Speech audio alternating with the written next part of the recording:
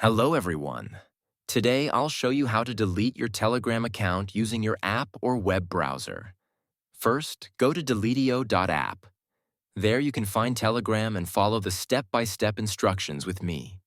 Then log into your Telegram account. I've already done that. Let's begin by entering your phone number in the international format. For example, +1 2 3 4 5 6 7 8 9. Now open your Telegram app. You'll receive a confirmation code right inside the app. Copy that code and enter it on the website. Next, you'll see the option to delete your account. Click on Delete Account. Telegram may ask you for a reason.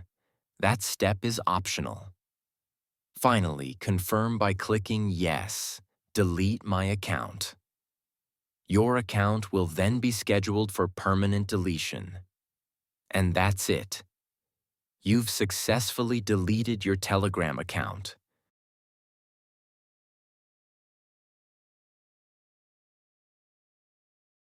Thank you for watching.